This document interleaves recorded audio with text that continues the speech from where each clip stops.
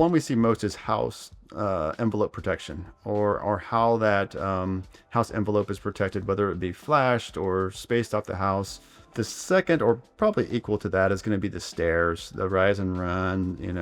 A big one that we see a lot is when stairs turn, when they have an intermittent landing and the staircase turns 90 degrees or even 180 degrees back to the house. If you have to have a 3-foot landing minimum in front of that stair, and a lot of times guys won't have 3 feet, and so if you don't have 3 feet, then what that landing ends up becoming is another stair. So say you had a stair that was walking down 5 or 6 steps and it was turning 45 degrees, and they'll put maybe a 2-foot landing in there as kind of a triangular step between these 2 staircases. Well, that's not really a landing. It's not 3 feet in front of the upper stairs.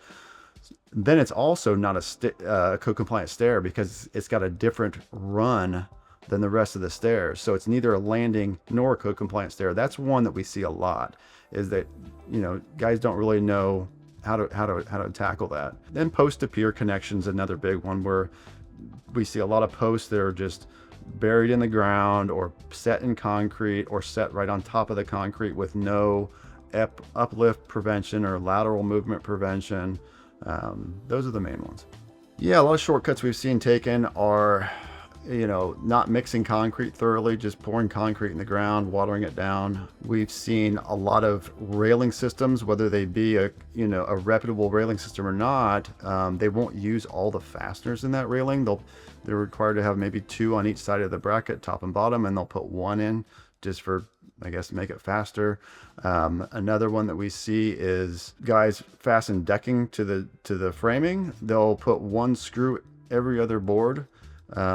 And instead of having 4 screws on 2 joists, they'll have 2 screws on 2 joists. So that's another one that we see a lot, and that's pretty crucial too, because the decking is what unifying that framing. It's what making that framing work together, and that's how that framing's rated. It's rated as working together. It's not rated as individual members, and you're not actually unifying it properly as the code states. So of course we see stairs a lot. Stairs, whether people just don't know how to build them, or they're being sloppy with them. You really can't have more than 3/8 of an inch discrepancy in any of your measurements on a stair. It's probably the biggest hazard on a deck is the staircase. If somebody obviously were to fall down a long set of stairs, it can be pretty bad. So.